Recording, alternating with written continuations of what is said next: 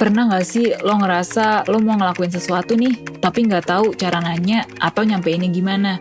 Misalnya, mau nolak permintaan atasan soal kerjaan tambahan, tapi nggak tahu cara nolaknya gimana.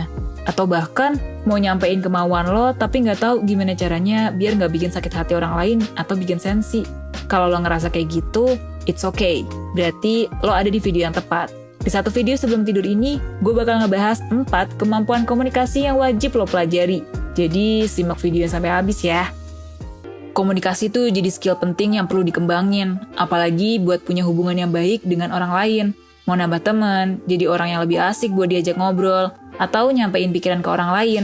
Semuanya tuh butuh kemampuan komunikasi yang baik.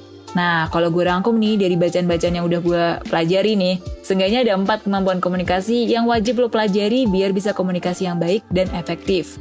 Pertama, kemampuan mendengarkan. Mendengarkan di sini tuh maksudnya benar-benar fokus dan hadir 100% buat orang itu. Caranya ya macam-macam. Tapi salah satu cara buat memulainya adalah dengan menahan diri lo biar nggak motong omongan orang yang lagi ngomong. Nah, cara berikutnya nih bisa dengan lo ngulang lagi apa yang diucapin buat konfirmasi. Hal ini bisa ngebuat lawan bicara lo jadi tahu kalau lo tuh dengerin dia. Kemampuan mendengarkan ini bisa ngebantu kita jadi lebih paham sama apa yang diucapin sama orang, serta lebih peka buat memahami perasaan orang lain. Kedua, komunikasi nonverbal atau komunikasi lewat bahasa tubuh, kayak nada bicara, postur tubuh, kontak mata, atau ekspresi. Kalau kita lagi ngobrol, ada nih beberapa hal yang susah banget disampaikan secara lisan. Makanya, komunikasi nonverbal ini dipakai buat memperjelas maksud pesan yang mau disampaikan. Salah satunya ya untuk menghindari miskomunikasi. Nah, buat prakteknya, lo bisa cari tahu dulu gimana kemampuan komunikasi nonverbal lo. Atau apa sih yang bisa lo kembangin lagi. Misalnya, kalau lo terbiasa nih ngomong sambil ngelipet tangan di dada, orang lain tuh bisa banget nih mikir kalau lo lagi bete atau tertutup. Mungkin juga ya kalau misalnya lo diajak ngobrol nih, suka ngeliat kemana-mana gitu matanya.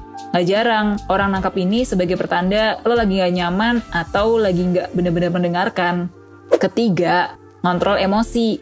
Bakal ada masa di mana lo atau lawan bicara lo lagi ngerasa emosi negatif, jadi susah buat berkomunikasi. Nah, biar bisa tetap berkomunikasi dengan baik, pengelolaan emosi jadi salah satu kemampuan penting dalam komunikasi. Biar dari yang sebelumnya lagi menggebu-gebu, bisa balik lagi ke kepala yang dingin. Simpelnya, lo bisa mulai dengan atur napas lo pelan-pelan, dan kalau misalnya ada waktu lebih, lo bisa puter lagu yang kalem, lakuin meditasi, atau ngerjain kegiatan yang bikin lo lebih tenang. Jadi, waktu lo ngerasa siap buat ngobrol, pikiran lo udah tenang dan komunikasi lo berjalan dengan lebih lancar. Oke, tadi udah 3 ya. Nah, terakhir, ada komunikasi asertif, yaitu kemampuan lo untuk nyampein apa yang lo mau dengan jelas dan tetap menghormati orang lain. Singkatnya nih, jadi salah satu komunikasi yang ideal lah. Nah, salah satu cara buat berkomunikasi secara asertif nih bisa lo latihan pakai 3 hal yang udah gue sebutin di sebelumnya tadi nih. Pertama, lo perlu ngedengerin lawan bicara untuk tahu sebenarnya dia pengen apa sih. Kalau konteksnya teman lagi curhat, dengerin dulu apa masalahnya, terus juga cari tahu kebutuhannya. Dia tuh perlu saran atau sebenarnya mau didengerin aja.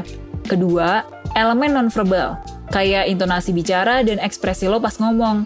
Penting loh buat untuk diperhatiin, karena asertif ini tuh nekenin ke kata menyampaikan secara jelas. Perhatiin elemen nonverbal apa aja yang bisa membantu lo buat nyampein segala sesuatu dengan jelas. Nah, yang ketiga, kelola emosi lo. Kayak di awal tadi ya, kita nggak bisa tuh bergantung sama perasaan orang lain. Jadi ya daripada berharap lawan bicara kita akan selalu datang dengan mood yang bagus, lebih baik kita yang melatih pengelolaan emosi supaya tetap tenang dan kepala dingin pas ngobrol. Jadi kalau misalnya lawannya lagi emosi negatif, kita nggak akan kebawa dan malah ngeladenin deh.